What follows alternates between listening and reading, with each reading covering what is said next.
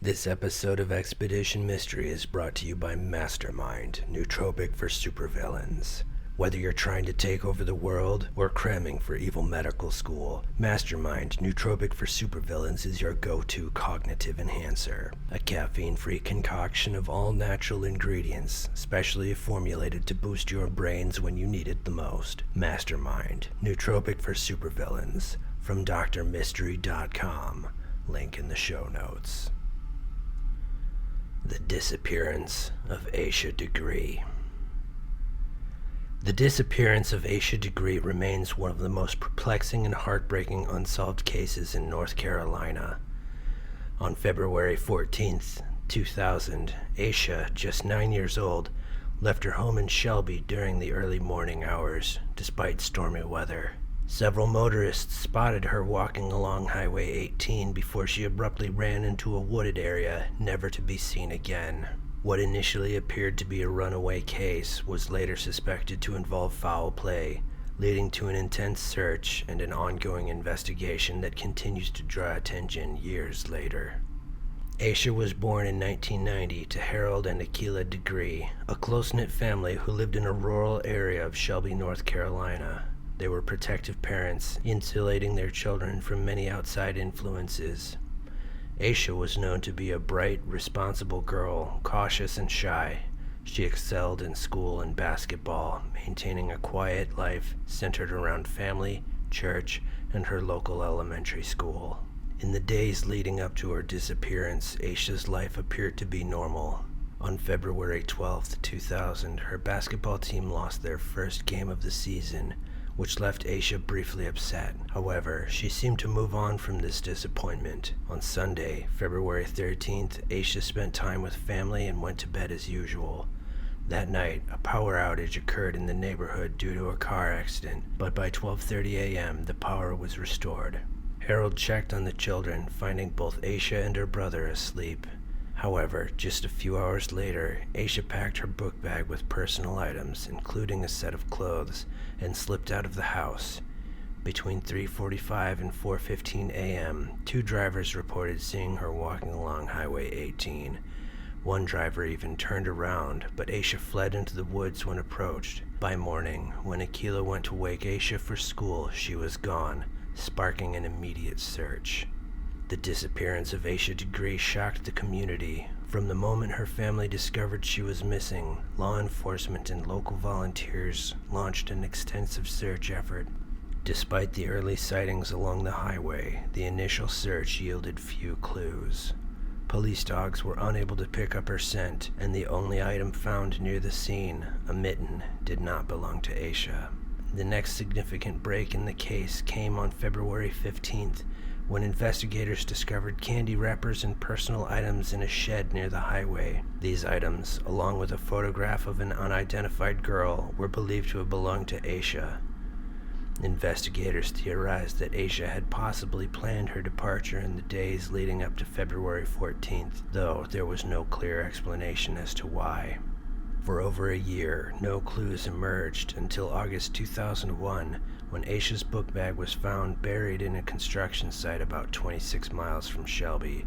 The discovery of her bag, wrapped in trash bags, was a chilling indication that Asha had likely met with foul play.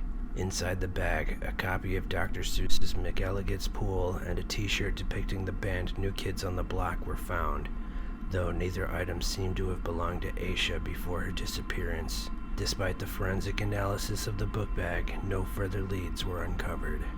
Over the years, the investigation has persisted, though leads have been scarce.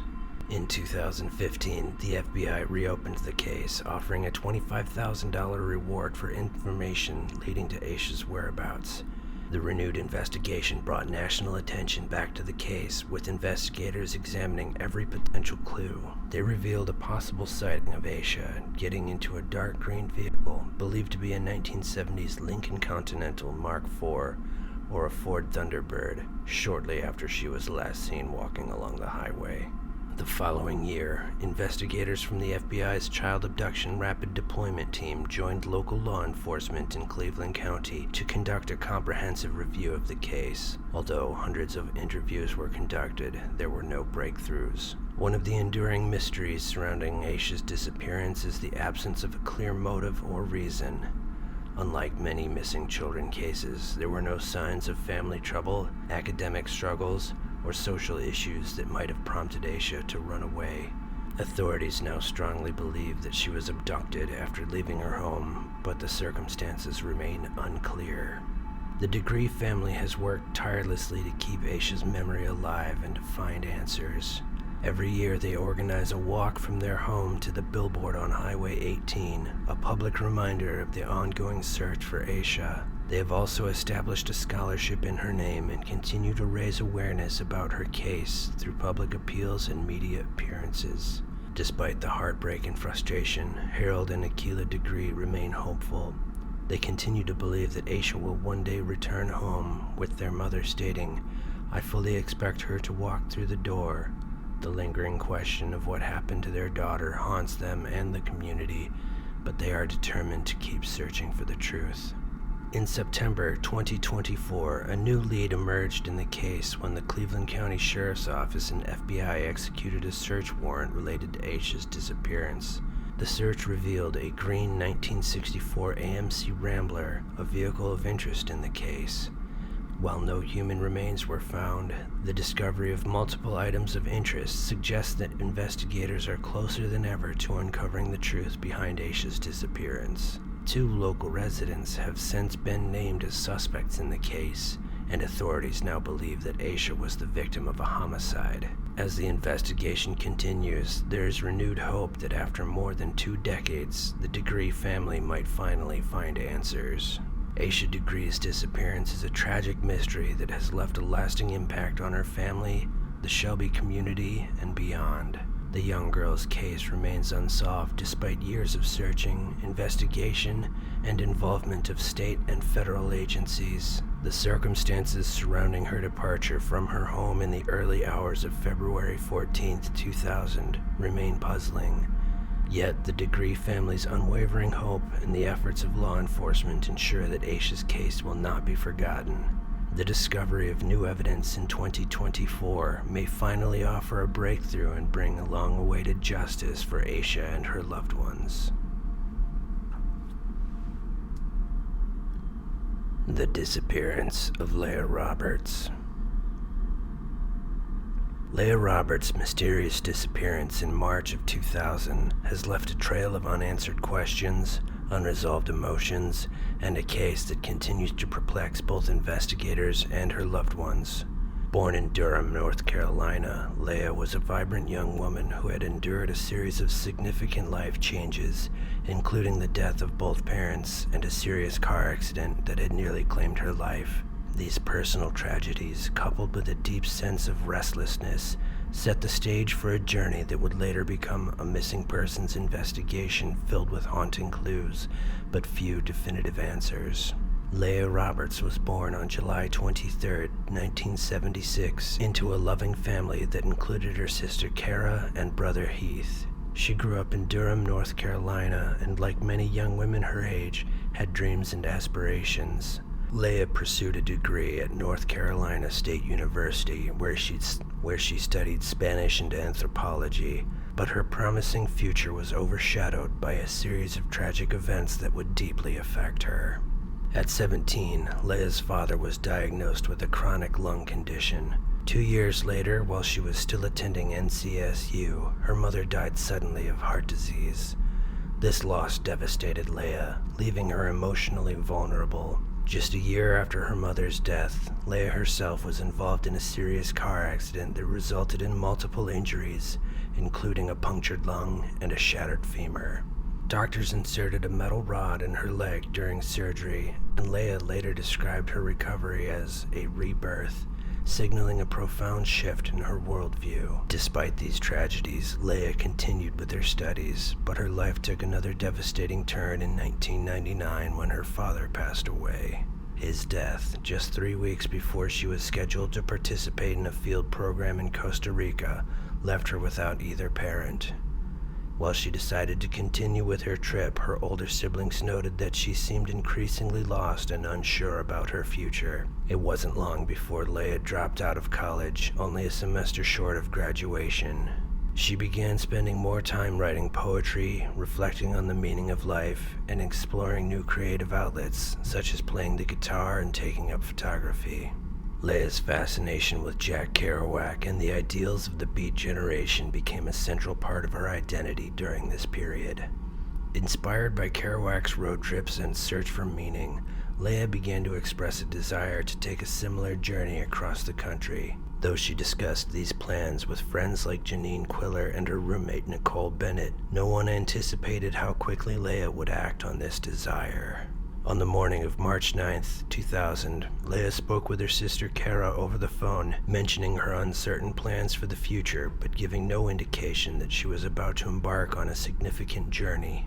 Later that day, Leah and her roommate Nicole made plans to babysit together the following morning. However, when Nicole returned home from work that night, Leah and her 1993 Jeep Cherokee were gone.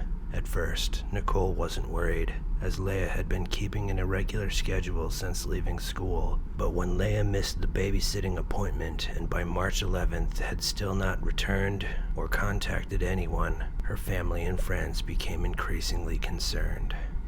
On March 13th, Kara reported Leah missing to the Durham police. That same day, Leah was seen on security camera footage at a gas station in Brooks, Oregon, over 2,500 miles away from her home. She appeared alone and in good health, though she seemed to be checking the parking lot frequently, as if she were expecting someone. On March 18, 2000, 5 days after she was last seen, a couple jogging along Canyon Creek Road in Washington's North Cascades National Park noticed clothing strewn along the roadside. Upon further investigation, they discovered Leah's Jeep at the bottom of an embankment. The vehicle was severely damaged, as it had apparently rolled down the slope at around 40 miles per hour. However, there were no signs of Leah at the scene. Strangely, the car's windows were covered with blankets and pillows, suggesting that someone had possibly used it as a temporary shelter. Leah's belongings, including her passport, driver's license, checkbook, guitar, and personal items, were scattered around the area. There was even a cat carrier and bits of cat food in the Jeep, indicating that Leah had brought her pet kitten on the trip. However, the kitten was never found. Despite the violent crash, there was no evidence that anyone had been in the Jeep at the time of the accident. Investigators found no blood, no signs of injury, and no evidence of seatbelt use, leading them to suspect that the crash may have been staged. The investigation into Leah's disappearance quickly grew more complex. The discovery of her Jeep and the items inside suggested that Leah may have been staying in the vehicle for some time after the crash. A large sum of cash, around $2,500, was found inside the vehicle, ruling out robbery as a possible motive. Additionally, valuables such as jewelry were left behind, further complicating the investigation. Leah's siblings, Kara and Heath, traveled to Bellingham, Washington to assist with the search efforts. They distributed flyers and visited local businesses, hoping that someone had seen Leah.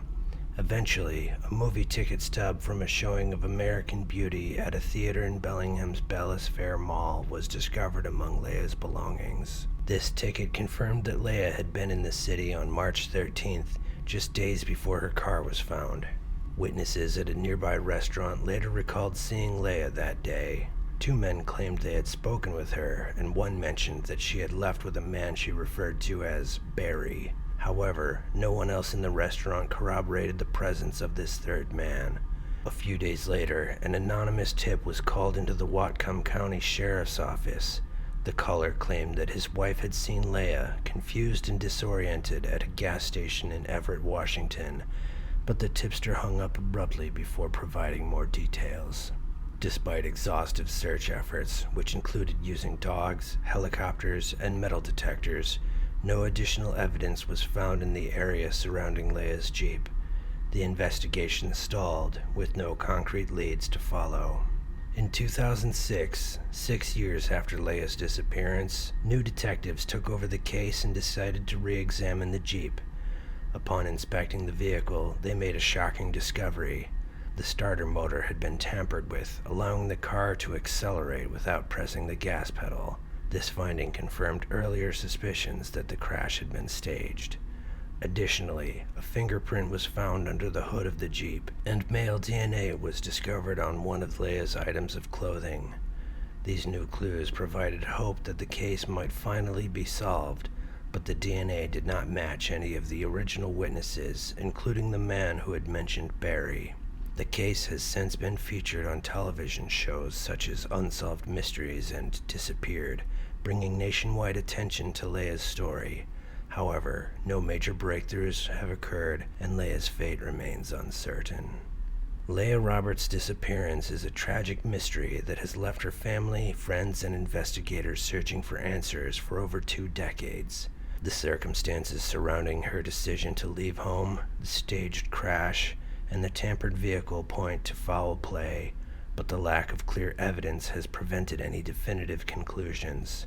Despite the tireless efforts of her loved ones and of law enforcement, Leah's fate remains an enduring enigma. The search for Leah Roberts continues, as does the hope that one day her family will find the closure they desperately seek. Until then, her story serves as a poignant reminder of the unresolved pain that accompanies cases of missing persons, as well as the resilience and determination of those who refuse to give up the search for their loved ones. The disappearance of Trevor Deely. On December 8, 2000, Trevor Deely, a 22-year-old Irishman, disappeared without a trace in Dublin after attending his work Christmas party. That night, Trevor left a nightclub and walked to his office on Leeson Street to pick up an umbrella and speak with a colleague. Surveillance footage captured him talking briefly with a man dressed in black outside the building. The identity of this man remains unknown. Later, Trevor was seen on a CCTV camera on Haddington Road, marking the last known sighting of him. Trevor Deely was born on August 15, 1978, and grew up in County Kildare, Ireland. He was the youngest of 4 siblings, raised in a close-knit family. After finishing school, Trevor attended the Waterford Institute of Technology, studying business before dropping out in his second year. He later completed a computer course in Dublin, which led to a job in May 1999 with the Bank of Ireland's IT department on Leeson Street. Just weeks before his disappearance, Trevor had taken a trip to Alaska to visit a girl he met over the summer. His friend, a flight attendant, had arranged a discounted flight for him. This brief but meaningful adventure seemed to indicate Trevor was enjoying his life, making his disappearance all the more baffling. The night of Trevor's disappearance began innocuously, with the Bank of Ireland's Christmas party on December 7, 2000. After the party, Trevor, along with his co-workers, visited various locations, including Copperface Jack's, the Hilton Hotel, and Buck Whaley's nightclub. By 3:25 a.m., Trevor left the nightclub and began walking toward his apartment in Ballsbridge. It was a stormy night, with strong winds and a taxi strike that forced Trevor to walk home.